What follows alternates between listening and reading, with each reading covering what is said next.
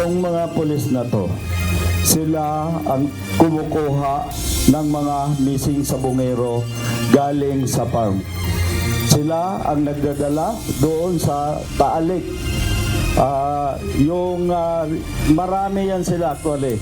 Hindi ko lang mapangalanan dahil kilala ko naman yan sila sa mukha.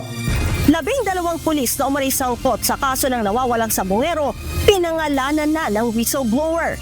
Isang retiradong general, idinadawit rin sa kaso. Kalokohan yan. Alam mo yan, this country is full of politics and troll farms that they always want to spoil whatever good things that we can do as a country. And that's part of politics. It's the politics that they want to practice. So be it. Umano'y tanim buto sa Taalik, tinawag na kalokohan ng Department of Justice. Ilang personalidad na dawit sa drug war killings, sangkot din umano sa pagpatay sa isabong. We are securing the area. Kasi itong usually sacks na nakukuha natin within doon sa nabanggit ko na area natin. So we are preserving this, and itong araw, itong diving operation, nakatutok pa rin tayo dyan. Pangingisda malapit sa search area ng missing sabungero sa Taal Lake, mahigpit munang ipinagbabawal ayon sa Philippine Coast Guard. Bago pa po makita ang biktima, na connect na po namin yung sample na nakuha namin sa sasakyan at yung sample sa pamilya, at nag-match po ito sa 3 anak po ng victim at dun sa nakuha naming unknown specimen sa sasakyan. 99.99% si Mr. Cabrera po yan na-identify. 12 na natagpuan sa Nueva Ecija, kumpirmadong sa nawawalang TNVS driver, batay sa DNA matching ng National Bureau of Investigation. Wala pa talagang confirmation, pero ito po ay nasa alam po ito ng Department of Migrant Workers, pero mga kasama ko rito ay alam po kung anong mga may mga ginagawang hakbang, pero ibigay natin sa Department of Migrant Workers kung ano talagang nangyayari or sa mga tripulanting hindi pa nakikita. Mga embahada ng Pilipinas sa Middle East at London nakaalerto para sa kaligtasan ng mga tripulante ng MV Eternity Sea. Umano'y 3 Pilipinong tripulanteng nasawi. Wala pang kumpirmasyon ayon sa Department of Foreign Affairs.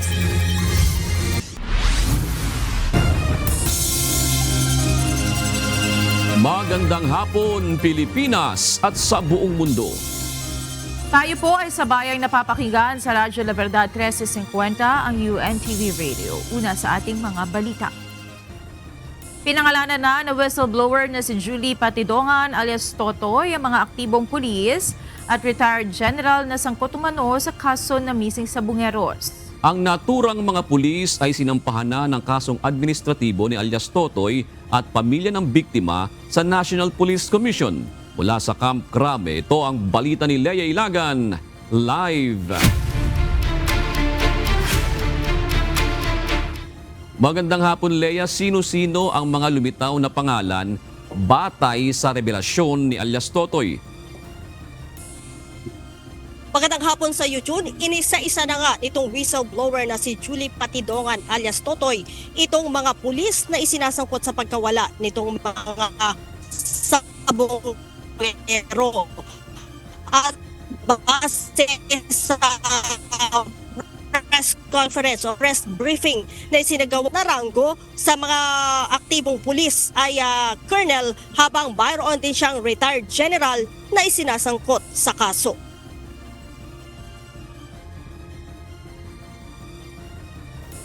Colonel Malinaw, Lieutenant Colonel Orapa,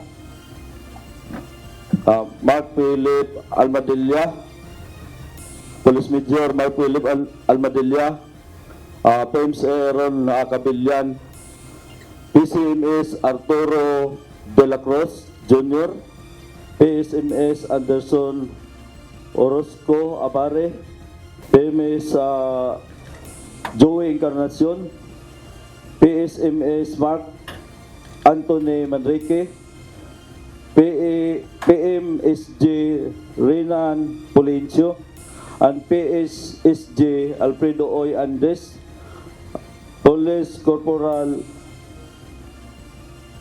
Angel Joseph Martin. Yes, pero retired na siya, si General Estomo.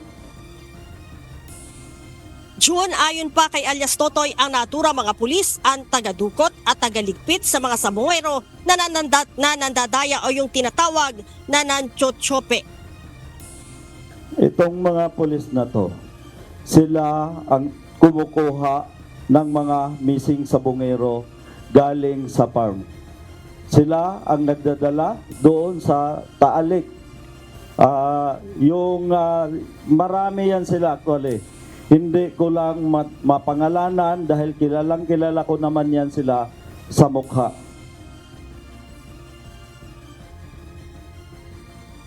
Sinabi pa ni Totoy na tumatanggap ang nasabing Lieutenant Colonel ng 2 milyong piso sa isang buwan, habang 200,000 naman ang tinatanggap ng Police Colonel.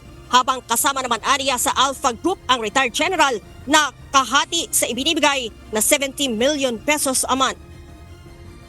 Si General Estomo, siya ay membro ng Alpha.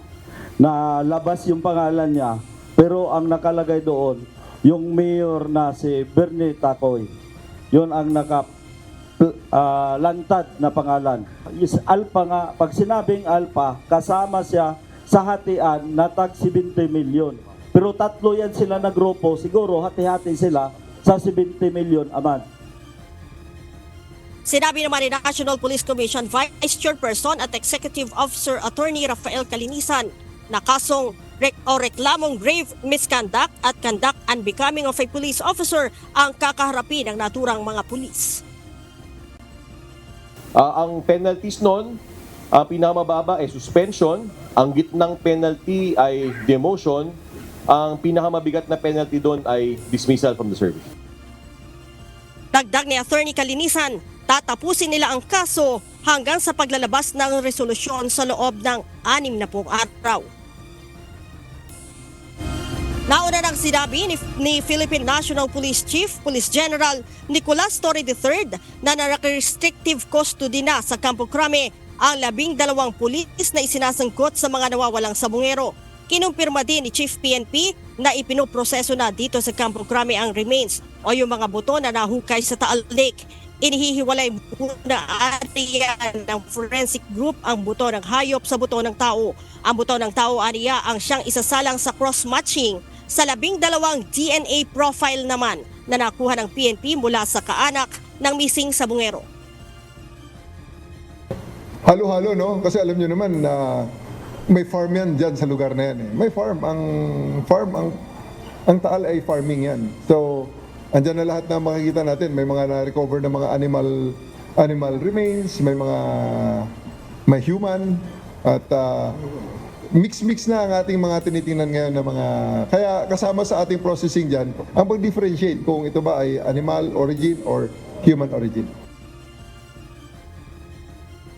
Maasa naman ang kaanak ng biktima na matapos ang 4 na taon ay makakamit na nila ang hustisya sa pagkawala at pagkamatay ng kanilang mga mahal sa buhay. Samantala, June sa ipinadalang text message ng kampo ng mga aktibong pulis na pinangalanan ni alias Totoy, itinatanggi na mga ito ang bintang at tumanggi din sila magbigay ng pahayag at nangako ang mga ito na makikipagtulungan sa isasagawang investigasyon ng mga otoridad. June? Leia, yung sinasabi mong nagbigay ng kanilang reaksyon na hindi makikipagtulungan sila, sinasabi nagkaroon ng text messaging sa media. Ito ba yung hindi ito yung mga nasa kustodiya ng PNP, Leia, tama ba? Ito yung mga naka-restrictive custody ngayon, June, dito sa Campo Crame. Ito yung nasa may ranggong colonel hanggang sa patrolman. Ito yung 12 na nauna nang sinabi ng PNP na naka-restrictive custody. Sila din yung mga pinangalanan ni alias Totoy kanina dyan sa press briefing sa National Police Commission. Pero yung retiradong general, nagbigay din ba siya ng mensahe sa inyo, Leia?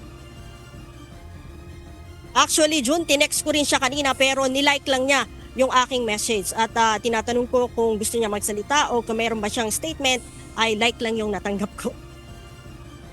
Okay. Pero ito namang pagproseso naman ng mga buto na sinasabi mo kanina, sinasabi diyan sa Campo Crame, pinoproseso, gaano kamitikuloso ang pag-handle nito mula doon sa Taal Lake papunta diyan sa Campo Crame hanggang sa maiproseso nga yan, Lea? Kasi baka kumbaga sa ano kasi, kumbaga ito ay dapat na maging mitikuloso para hindi ma-contaminate, kumbaga sinasabi nga nila diyan, Lea. Tama ka yan, June, at kanina nga sinabi nito si Chief PNP na nagbigay na siya ng utos diyan sa Batangas Police at saka sa Pro 4A na kapag may nakuha kaagad sila ng mga remains ay agad na idiretso dito sa Campo Crame dahil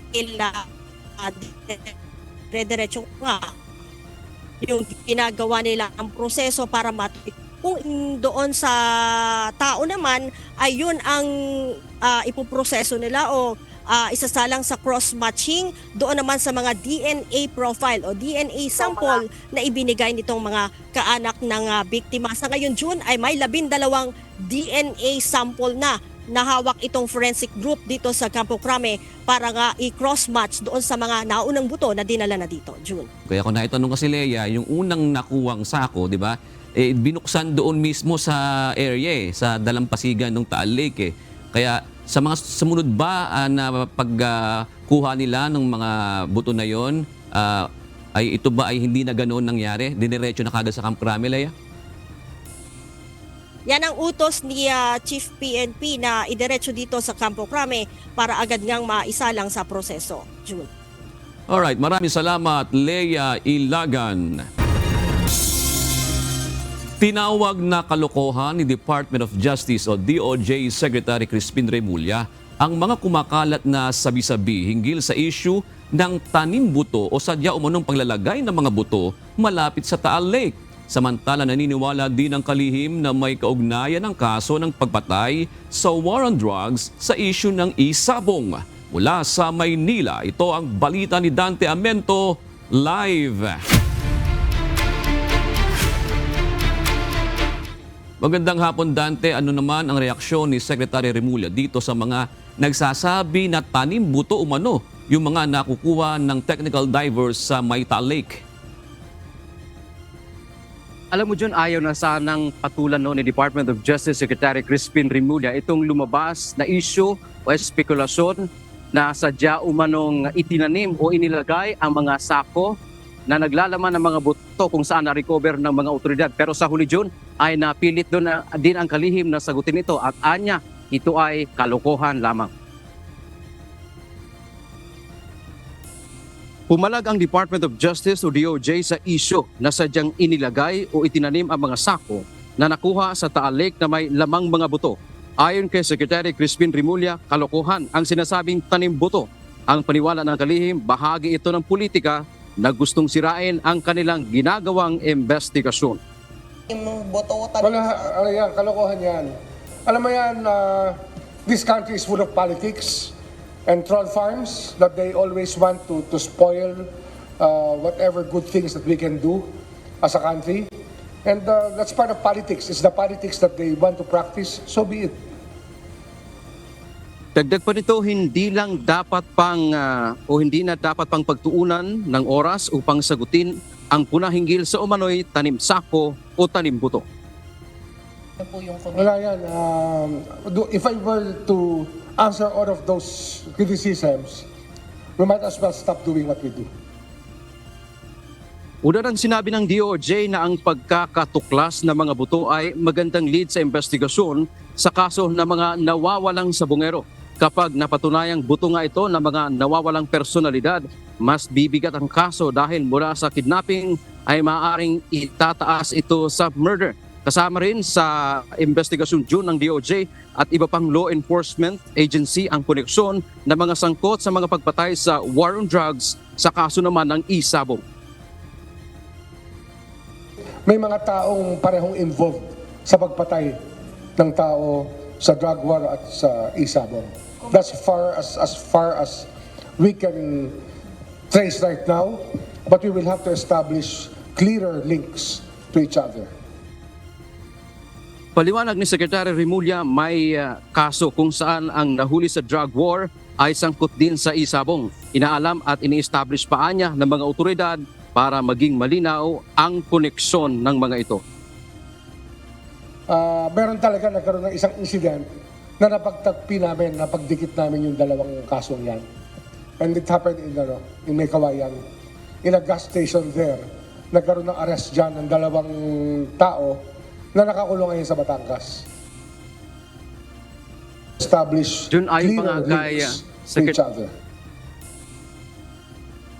ayon pa nga kay Secretary Remulla ay pupulungin niya itong si Julie Patidongan alias Totoy sa linggong ito at marami niya isang itatanong sa kanya at wala namang binigay na lead, kumbaga hint ang kalihim kung ano-ano ang mga impormasyon na gusto niyang malaman dito kay alias Totoy. Pero ang binanggit dito ng DOJ, maganda yung lead ng kanilang investigasyon at lalong tumitibay itong mga pahayag ni alias Totoy kaugnay ngayon dito sa development ng kaso, kabilang na dyan yung pagka-recover ng mga buto dyan sa Taalek. At inaasahan din natin na makipag-partner ang DOJ sa isang forensic expert upang masuri itong mga buto na ito na na-recover ng mga otoridad. Yan ang ating update mula dito sa Maynila. Balik sa June. Maraming salamat, Dante Amento. Mahigpit ngayong ipinagbabawal ng Philippine Coast Guard ang pangingisda sa paligid ng searching area kung saan sinasabing inihulog ang mga nawawalang sabongero sa Taal Lake. Samantala muli namang binigyang diin ng PCG na maingat nilang iniaahon ang mga nare-recover na sako mula sa lawa na naglalaman ng mga kahina-hinalang bagay. Mula naman sa Laurel, Batangas, ito ang balita ni Benedict Samson, live. Magandang hapon, Benedict. May mga bagong ebidensya ba na nakuha ang mga technical diver dyan sa Taal Lake?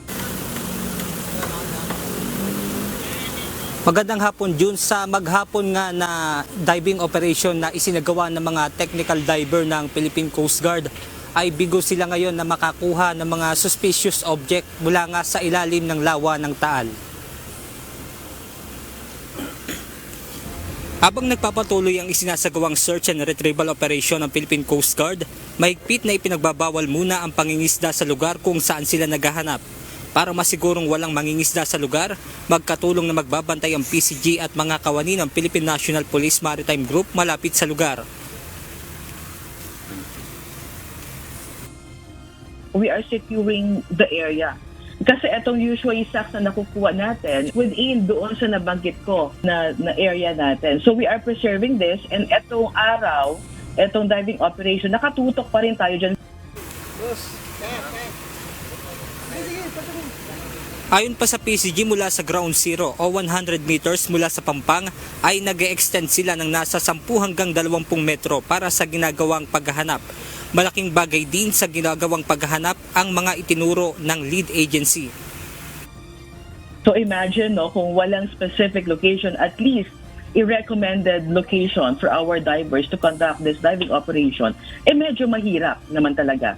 So we have this identified location given to us by the lead agency, and simula day 1 hanggang ngayon, diyan nakafocus.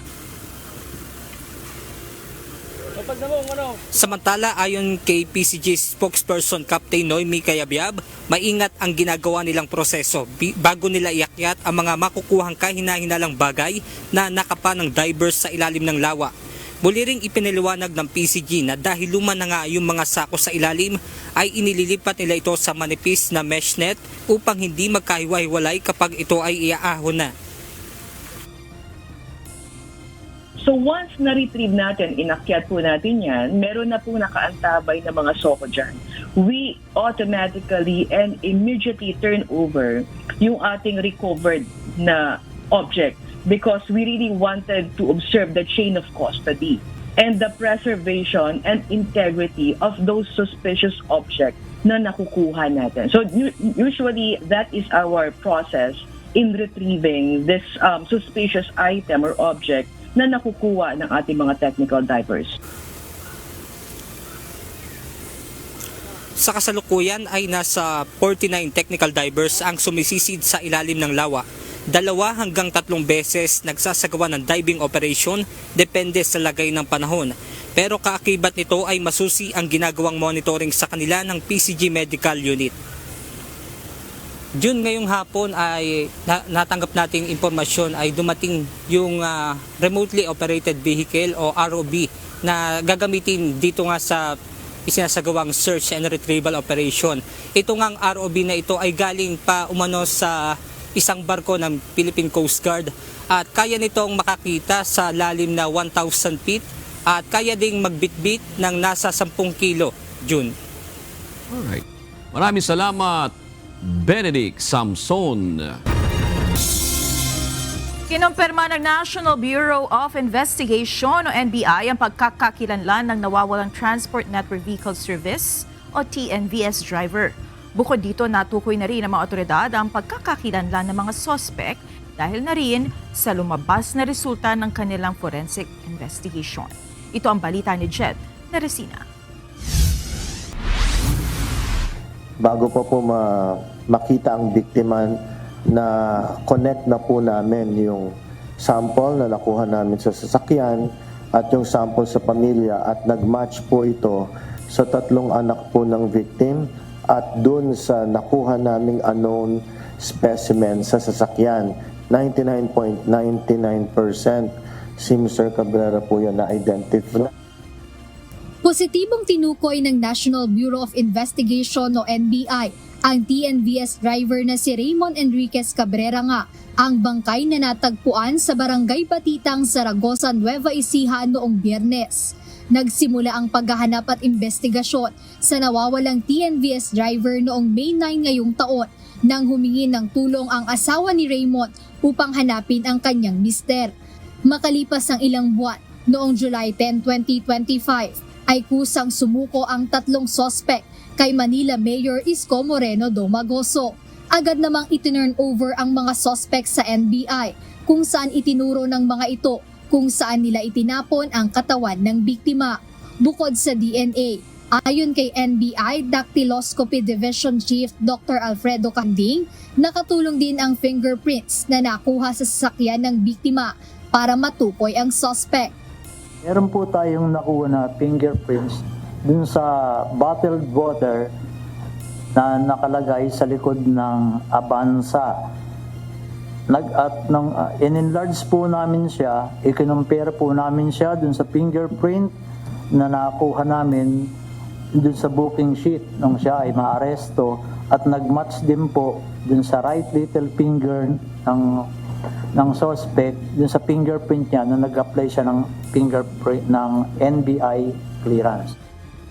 Dagdag pa ni Dr. Carlo Magno Yalo, NBI Medical Legal Officer, tugma rin ang dashcam recording sa sasakyan ng pinaslang na TNVS driver sa tinamo nitong saksak.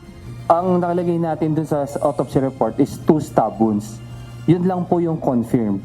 But based from the reaction ng tissue, I can assure you that there were more than 2 stab wounds. Nagkataon lang po kasi nandun sa chest area pababa, liquefied or very decomposed na po yung tissue. Meaning we cannot anymore establish yung track ng knife wounds. But because of the amount of blood and then the tissue reaction behind, dun sa likod, definitely po more than 2 stab wounds. Ayon sa NBI, mahaharap ang mga suspect sa kasong robbery with homicide. Dahil sa insidenteng ito, muling nanawagan ang mga grupo ng TNVS driver para sa mas pinaigting na seguridad. Ayon kay Saturnino Mopas, chairman at spokesperson ng TNVS Community Philippines, mayroon silang communication channel para ma-monitor ang kanilang kapwa TNVS driver. Payo ng TNVS Community Philippines sa kanilang mga kasamahan, maging mapanuri at mag-ingat sa pagkuha ng pasahero lalo na sa gabi kung saan kadalasan na nambibiktima ang masasamang loob. Unang-una po kasi, makikita naman po kung sino yung nagbubuk.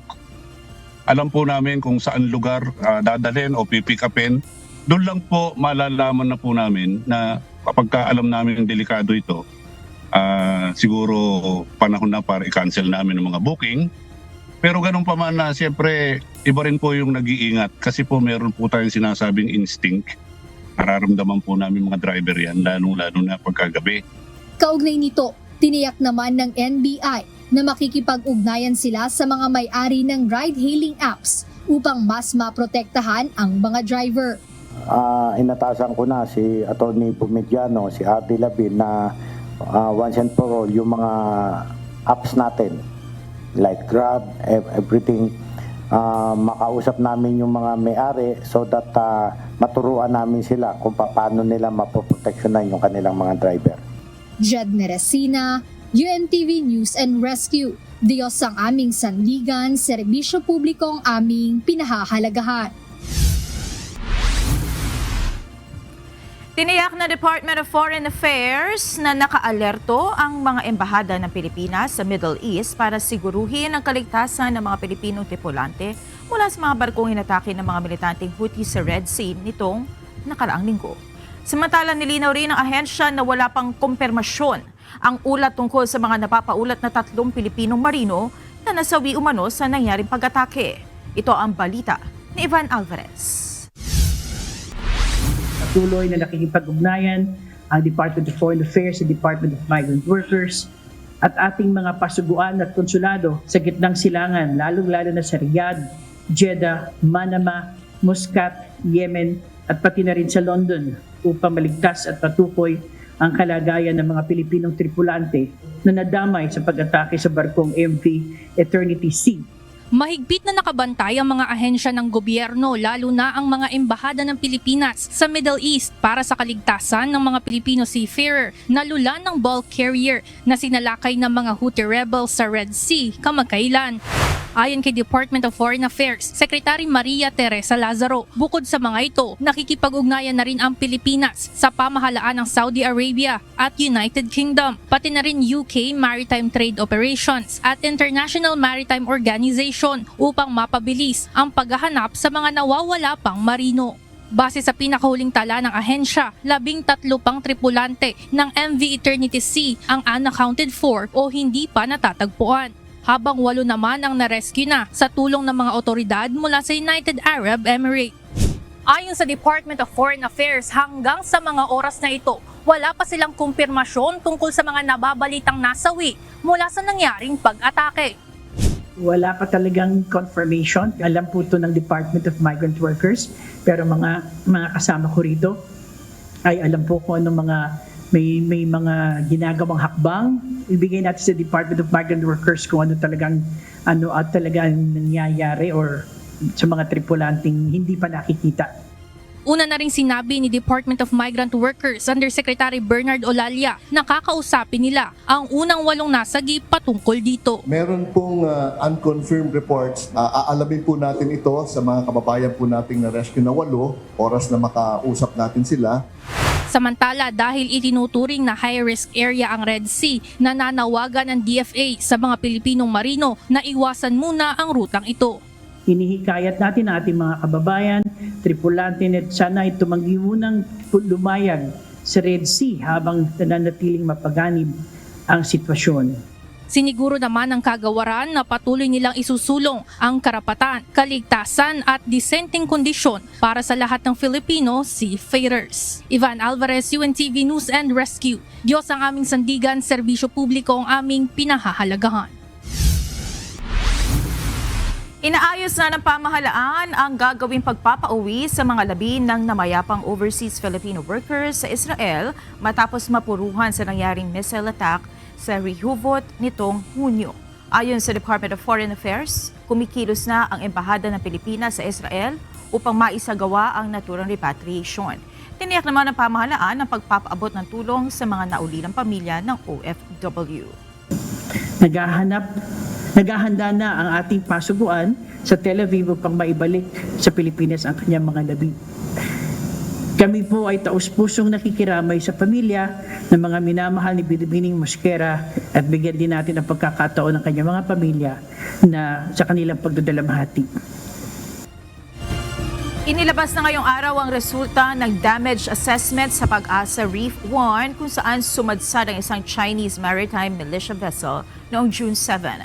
Ayon sa mga eksperto, lalaki pa ang pinsala kung magtatagal pa bago matanggal ang parachute anchor ng barko ng China na sumadsad doon. Ito ang balita ni Ryan Nakalale.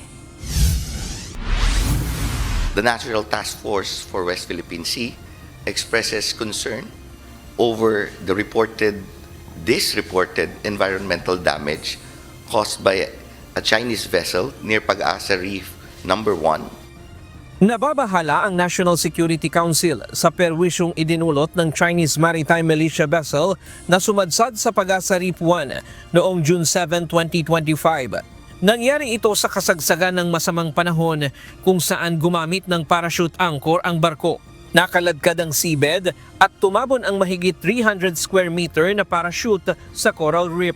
Kabuuang 464 square meters ang napinsala sa bahura at tinatayang aabot ang halaga ng danyo sa 11.1 million pesos batay sa pagtaya ng mga eksperto mula sa Palawan Council for Sustainable Development o PCSD.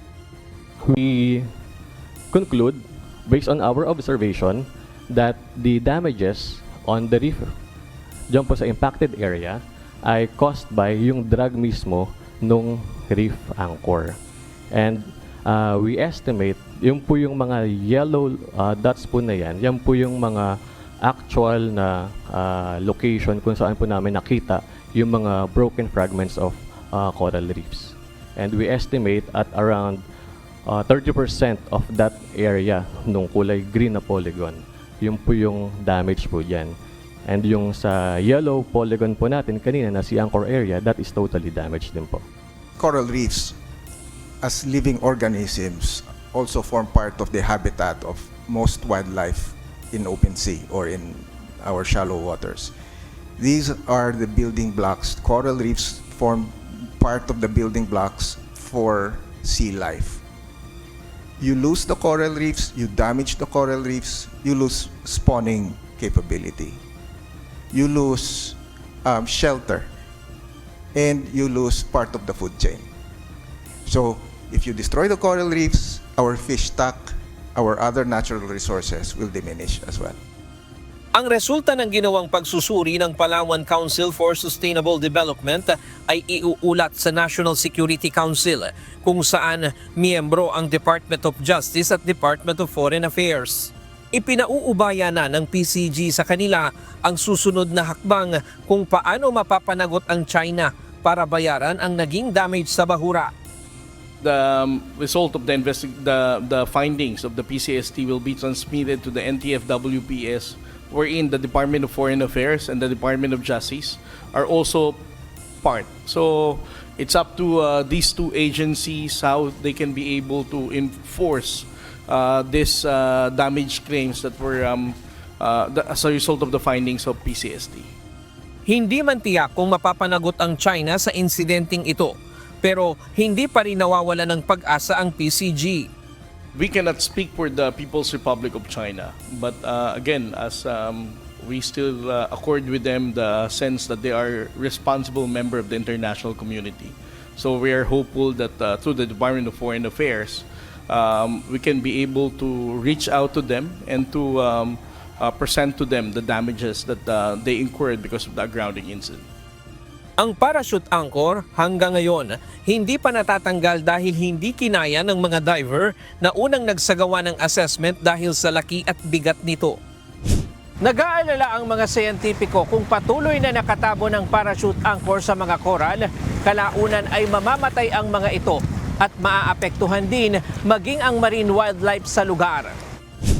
The anchor parachute will continue to cover the corals, denying access to sunlight, of which without sunlight, the coral reef will die.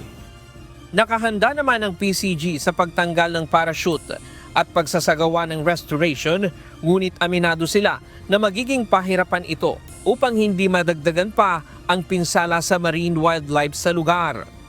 Upon coordination with PCST, it would require specialized equipment and it would take yung planning and time dahil pangit din ng panahon sa West Philippine Sea ngayon. So these are the things that we're currently considering. But definitely the Philippine Coast Guard together with the PCST, we're still going to retrieve that parachute anchor because as what they said, no, habang tumatagal ito, mas lumalala ang impact nito sa mga corals na pinapatungan niya. Ryan Lacanlale, UNTV News and Rescue. Diyos ang aming sandigan, serbisyo publiko ang aming pinahahalagahan. Patuloy na maninindigan ng Pilipinas sa iginawad na arbitral award pabor sa bansa patungkol sa karapatan nito sa West Philippine Sea.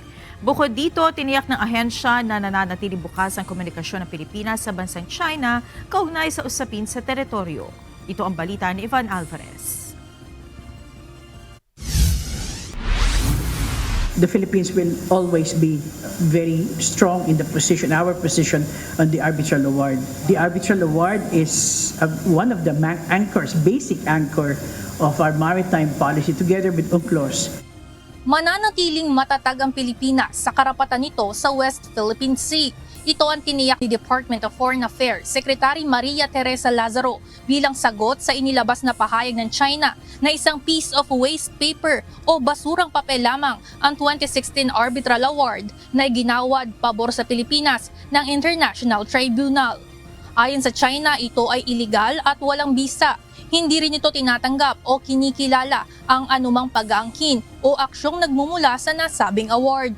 Paliwanag ni DFA Secretary Lazaro, sumusunod lamang ang Pilipinas sa mga umiiral na international laws. Para naman kay Philippine Coast Guard spokesperson for the West Philippine Sea, Commodore J. Tariela, kahit mga embahador ng iba't ibang bansa ay naniniwala sa bisa ng arbitral award na pabor sa Pilipinas. Majority of them, of those ambassadors who attended, also highlighted that the 2016 Arbitral Award is legal and binding.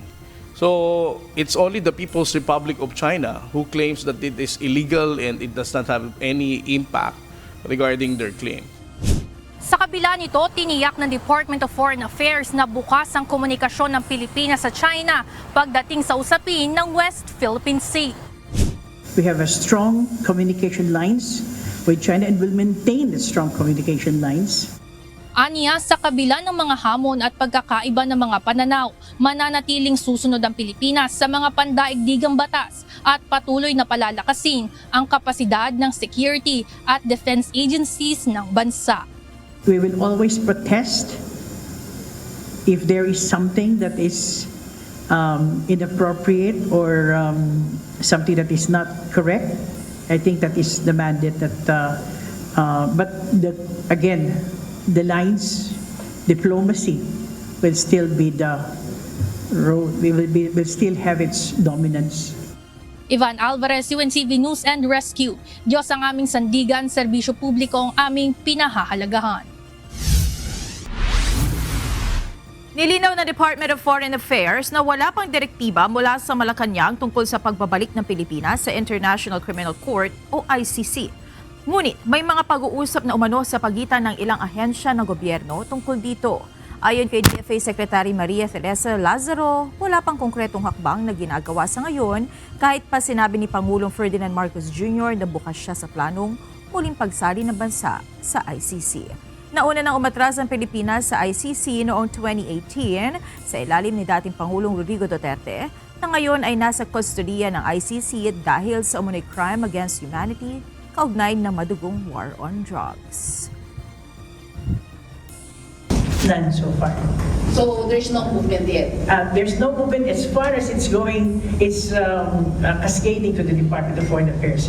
I'm sure there have been discussions with other agencies like DOJ, but we are the implementation stage. So not yet at this time.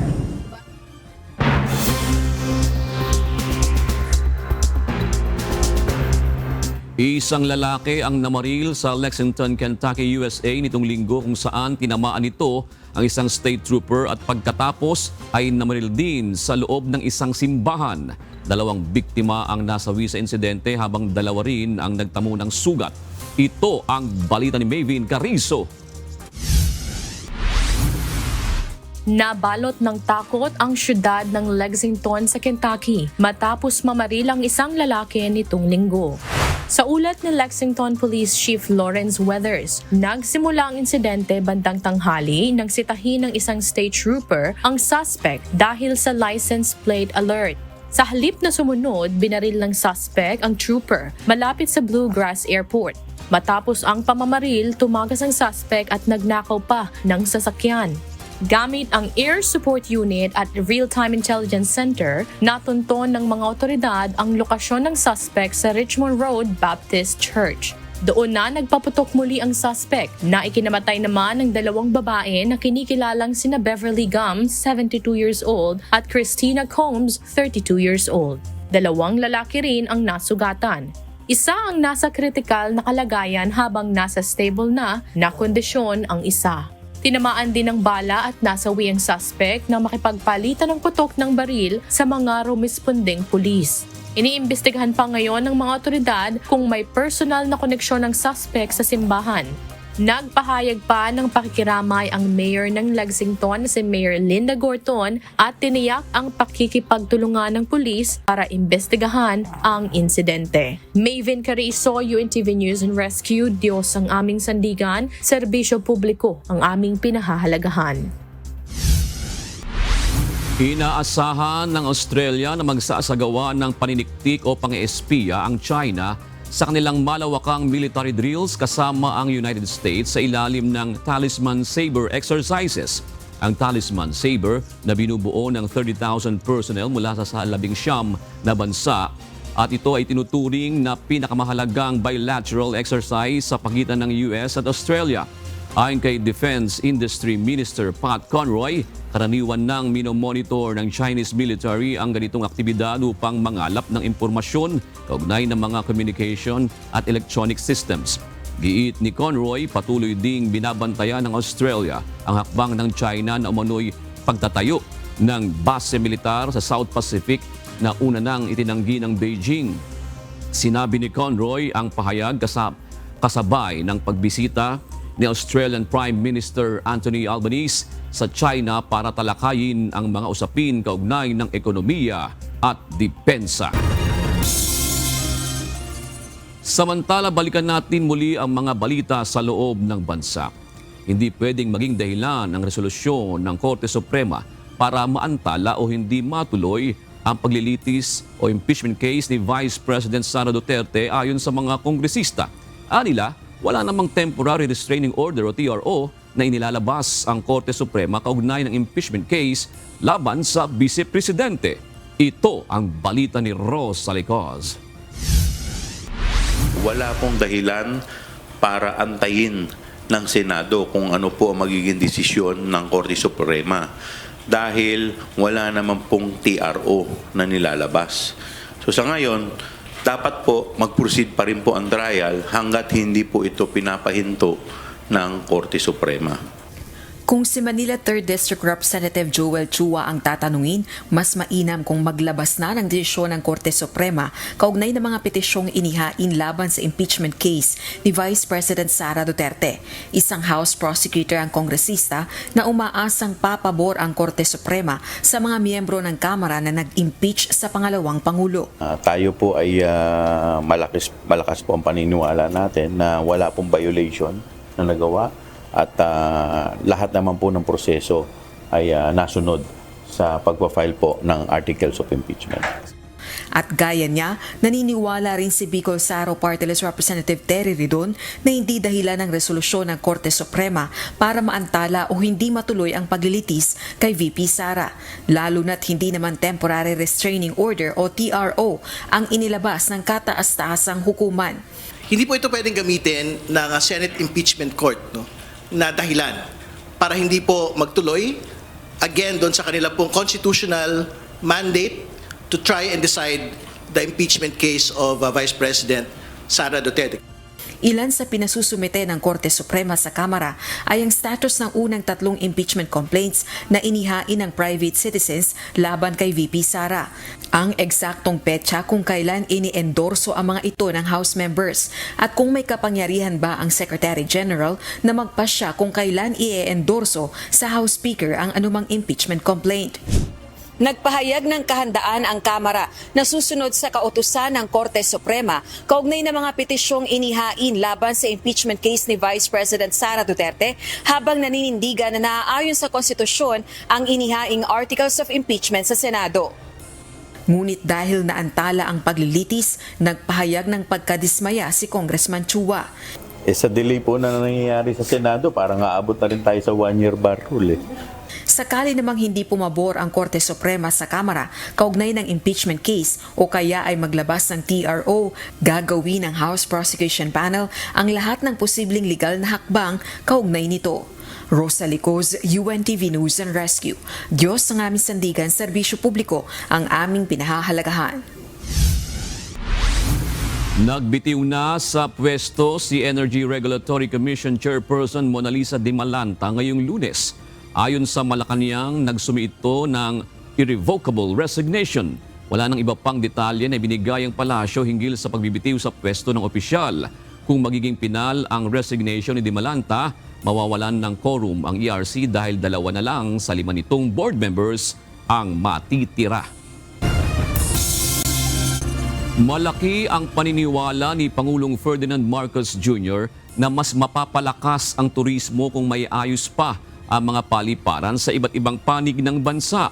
Kanina, pinangunahan ng Pangulo ang groundbreaking ceremony para sa pagtatayo ng bagong passenger terminal building sa Katiklan Airport. Ito ang balita ni Nel Maribuhok. But the idea is to open up the Philippines not necessarily only through Manila, but on international flights coming from Europe, coming from Southeast Asia, coming directly to the tourist destination. Nais ni Pangulong Ferdinand Marcos Jr. na buksan pa ang Pilipinas sa ibang mga bansa sa pamamagitan nito ng pagbubukas ng international direct flights sa ibang mga paliparan ng bansa kung saan matatagpuan ang mga kilalang tourist destination. Ito ang kabilang sa binigyan diin ng Pangulo ng kanyang pangunahan ang groundbreaking ceremony para sa bagong itatayong passenger terminal building ng Katiklan Airport sa probinsya ng Aklan. Naniniwala si Pangulong Marcos na hindi lamang ang probinsya ng Aklan ang makikinabang sa expansion ng paliparan, kundi ang buong bansa dahil inaasahang mas lalakas ang turismo sa oras na makumpleto ang proyekto. Tourism right now contributes close to 8% to our GDP. And that is something that we want to increase. And that is why these projects that we have are also very important.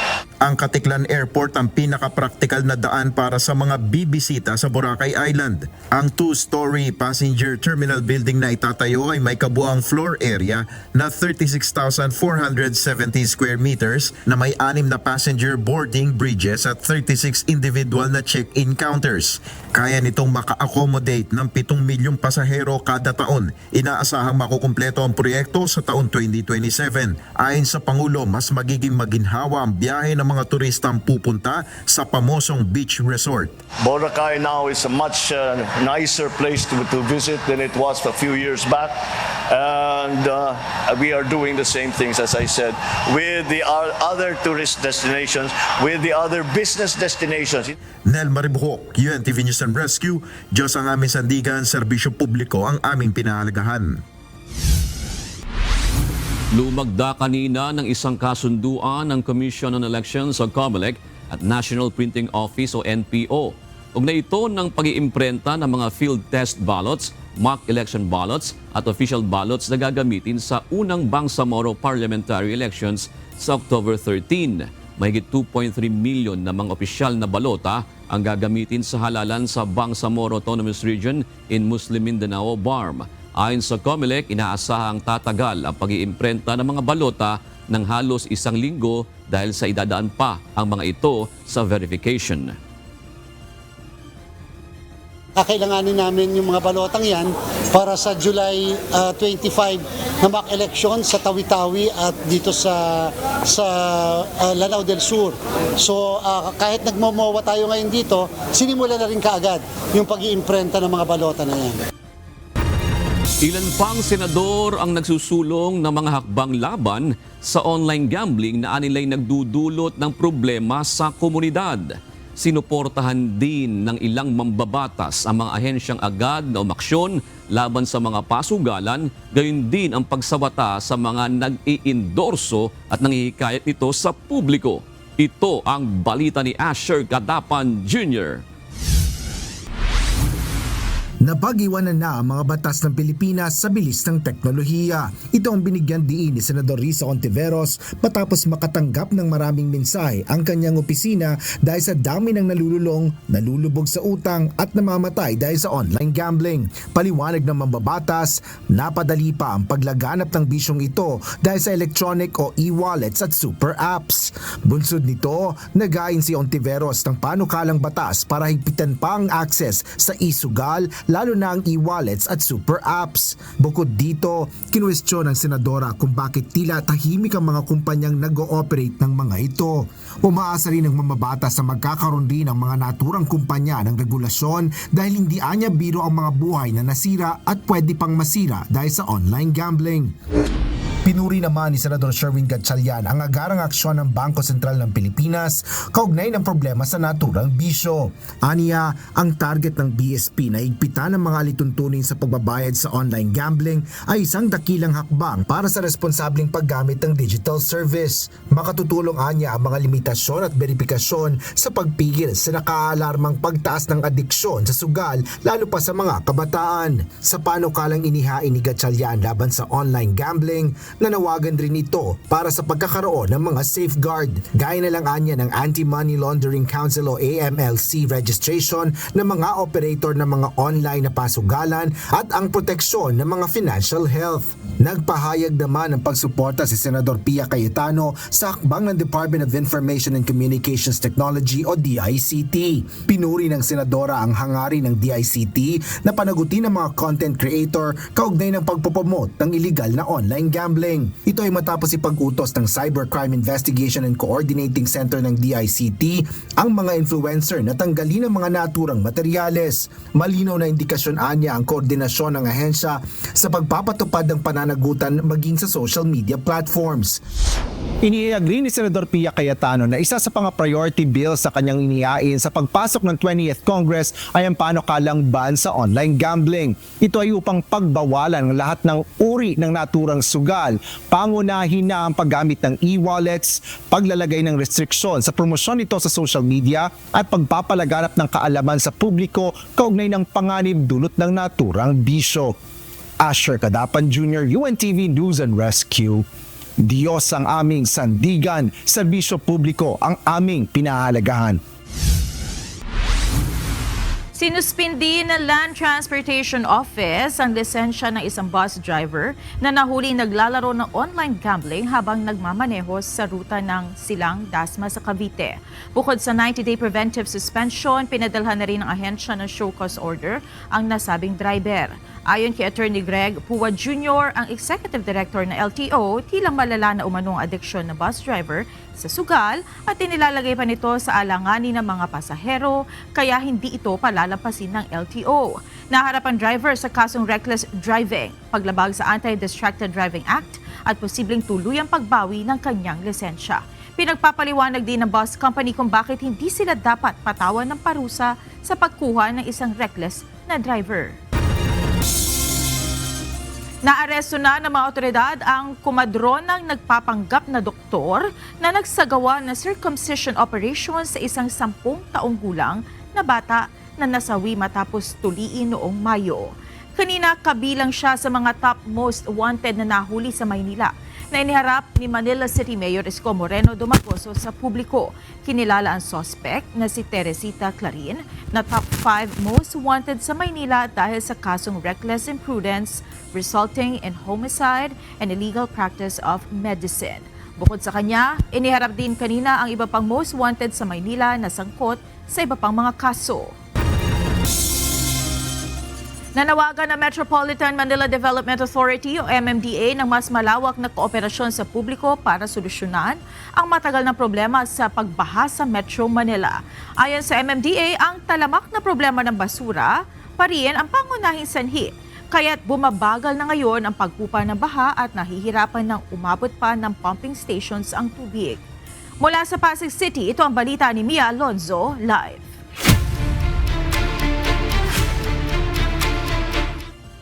Mia, ano ang paliwanag ng MMDA hinggil dito sa hindi pa rin ma-resolve ang problema ng baha sa Metro Manila? Magandang gabi sa iyo, Monica. Ayon nga sa Metropolitan Manila Development Authority o MMDA, nahihirapan kasi na makarating o umabot itong mga tubig sa pumping station dahil sa basura, kaya naman nagiging dahil ito kaya matagal pa rin o mabagal pa rin ang pagbaba o pagliit ng tubig baha sa ilang bahagi ng Metro Manila. Bagamat mayroon ng 71 pumping station sa mga identified areas ang Metropolitan Manila Development Authority o MMDA, hindi pa rin mapigilan ang pagbaha sa maraming bahagi ng Metro Manila, kabilang sa mga flood-prone areas, ang Maisilo Circle, Espanya Boulevard, Araneta Avenue, Marikina at Commonwealth Avenue. Ayon kay MMDA Chairman Romando Artes, nakikitang major factor dito ang patuloy na pagtatapon ng basura sa mga estero at kalsada. Bakit po bumabaha ng ganito kalalim? Ito po ang dahilan, yung pong basura. Nababarahan niya po yung mga grates na sumasala ng basura. Ayon kay Chairman Artes, hindi lang bumabara ang mga basura sa mga pump, kundi nakakasira din ito sa kanila. Nahaharang din ng basura ang daloy ng tubig na nagiging dahilan, kaya hindi rin agad nakararating sa mga pumping station.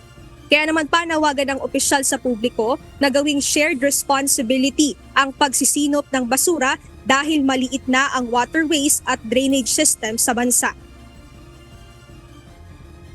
Araw-araw nakikita natin na pag umulan, nagkakaroon ng flash flood. Alam ko po marami sinisisi ang ating pamahalaan. Ginagawa naman po natin lahat ng aming makakaya para po mawala itong pagbabaha. Sana po sa ating mga kababayan, tulungan nyo rin po ang pamahalaan.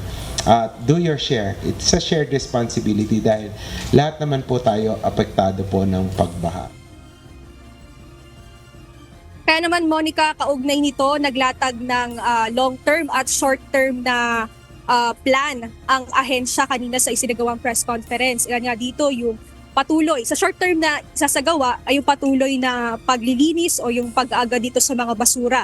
Kabilang naman sa mga long term na ibinahagi ni Chairman Artes ay yung pagkakaroon ng rehabilitation sa mga pump station at yung pagkakaroon ng water impounding facility dito sa target na lugar sa may Camp Aguinaldo kung saan target dito na ipunin itong tubig na ulan na salip na maging baharin siya ay maipon para maging kapaki-pakinabang. At bilang naman aksyon sa basura, isa rin sa nabanggit ni Chairman ay yung paghihintay sa issuance ng circular mula sa DILG para aksyonan itong tungkol sa basura. At kaugnay nito magkakaroon ng pag-uusap bukas si Chairman Artes kasama si Mayor Isko Moreno patungkol sa target nila na magkaroon ng meeting patungkol sa planong drainage master plan dito sa Maynila. At yan muna ang update mula dito sa Pasig. Balik sa iyo, Monica. Maraming salamat, Mia Alonzo.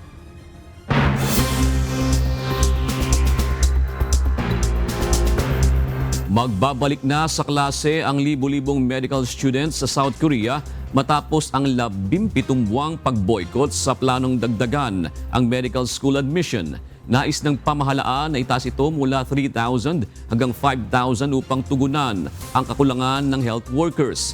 Kasabay nito ay ang panawagan ng Korean Medical Association sa gobyerno na ayusin ang academic calendar at training conditions. Tinawag naman ni Prime Minister Kim Min-syok ang desisyon ng mga estudyante na isang malaking hakbang sa pagresolba ng issue at nangako na tutugunan ang suliranin sa sektor ng kalusugan. Ipinahayag ni US President Donald Trump na magpapadala siya ng Patriot Air Defense missiles sa Ukraine upang tulungan itong depensahan ng bansa laban sa mga pag-atake ng Russia. Tumanggi si Trump na tukuyin kung ilang Patriots ang ipadadala ng Estados Unidos, ngunit sinabi niyang babayaran ng European Union ang gastos nito. Muli namang nagpahayag ng pagkadismaya si Trump sa mga pag-atake ni Russian President Vladimir Putin sa Ukraine. Ayon kay Trump, hindi niya gusto ang ginagawa ni Putin na patuloy na pambobomba sa kabila ng maayos itong pakipag-usap sa kaniya.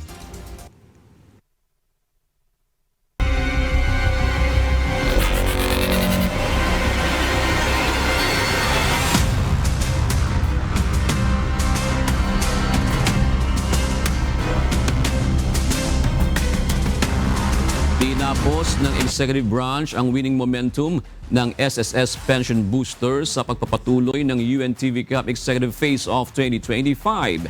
Itinumba naman ng AP Cavaliers ang DOJ Beacons habang kinapos ang Senate Sentinels laban sa PNP Responders para sana makapasok sa win column. Ito ang balita ni JP Nunez.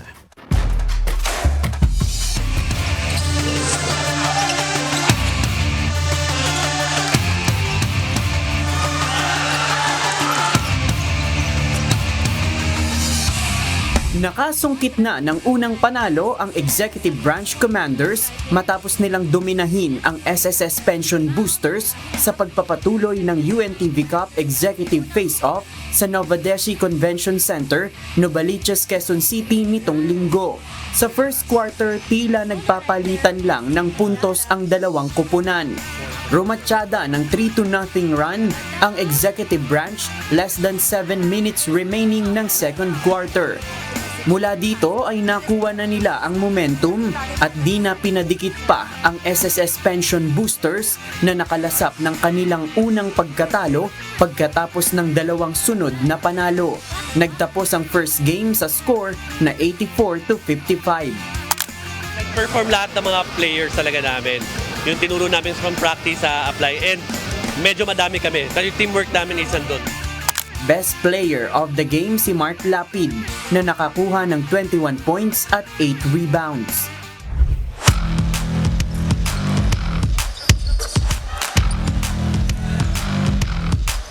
At sa second game, pinaghandaan ng husto ng AFP Cavaliers ang DOJ Beacons. Binomba ng AFP ng double-digit na kalamangan sa bawat pagtatapos ng quarter ang DOJ.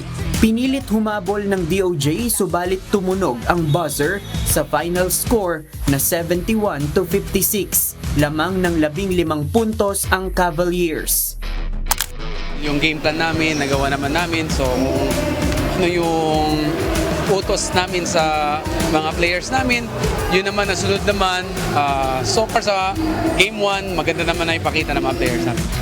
Best player of the game si Lieutenant Colonel Alfie Cabael na pumutok ng 19 points at 2 rebounds. First time niyang maglaro sa UNTV Cup Executive Face-Off.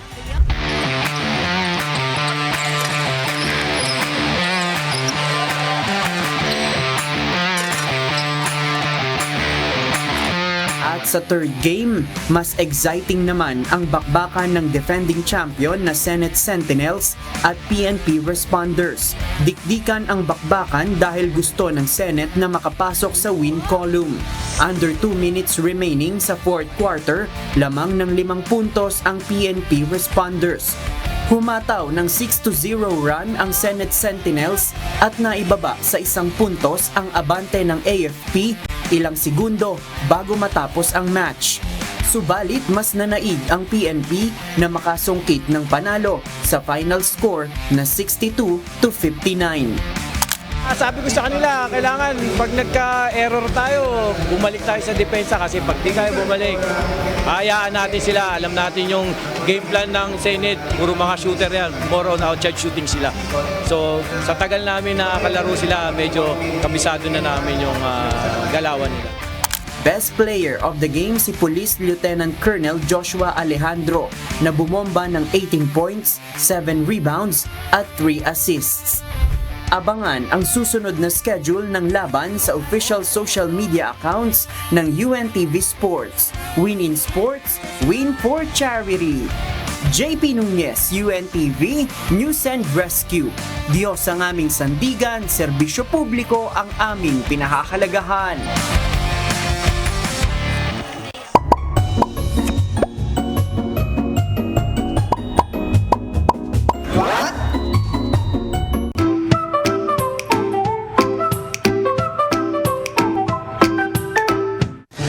Ilan beses mo lang sinabi na next week mag-iipon na ako. Pero bakit ang hirap kayang simulan? Alam niyo po ba, may paliwanag po ang siyensya tungkol dyan. Kasi may kumita ng pera ngayon sa tricycle eh. Pero nakakapag-ipon naman po kayo kahit papano. Opo. Ano pong madalas yung ginagawa? Pag may kinita, tinatabi niyo? O paano ginagawa niyo para makaipon? Tabi lang, tapos pangkain lang, tapos biyahe ulit. Kasi meron akong paglalaanan sa anak ko. Pero nakakapag-ipon naman po kayo? Opo. Paano ginagawa niyo para makaipon? Binabangko ko po. Ayon sa psychology, may tinatawag na temporal discounting. Ibig sabihin, mas pinapaboran ng utak ang reward na makukuha ngayon kaysa sa mas malaking reward na darating sa future. Ang tawag dito, present bias. Kahit alam mong mas makakabuti ang mag-ipon, mas nauuna pa rin ang saya ng gastos ngayon. Kaya, mas madalas, next week na lang. Kapag malayo pa ang reward, bumababa ang motivation ng utak. Kaya kung 500 pesos ngayon o 1,000 sa isang buwan, madalas pipiliin natin yung mas mabilis makuha. Pero pwede mong dayain ang utak mo. Mag-set ng maliliit at instant na reward sa tuwing mag-iipon ka. Kahit simpleng checklist o papremyo sa sarili, gagana yan para mas ganahan ka. Kaya po tandaan nyo, simulan mo na ngayon kahit konting halaga. Ang mahalaga nagsimula ka. Sana may natutuhan kayo at laging tatandaan, mapalad ang tao na nakakasumpong ng karunungan at ang tao na nagtatamo ng kaunawaan.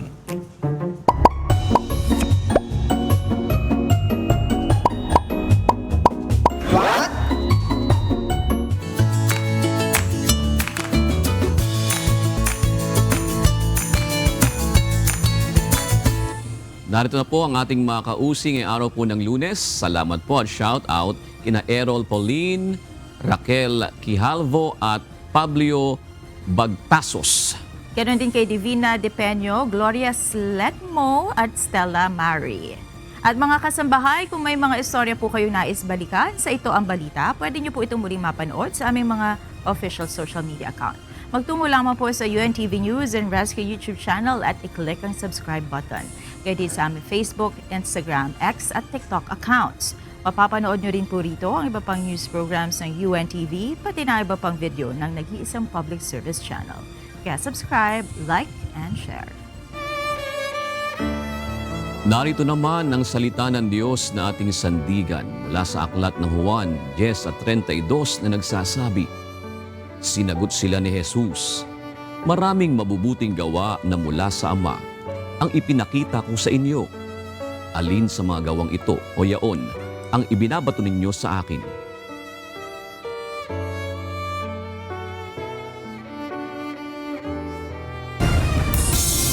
At yan ang naging kabuuan ng ating balitaan ngayong gabi.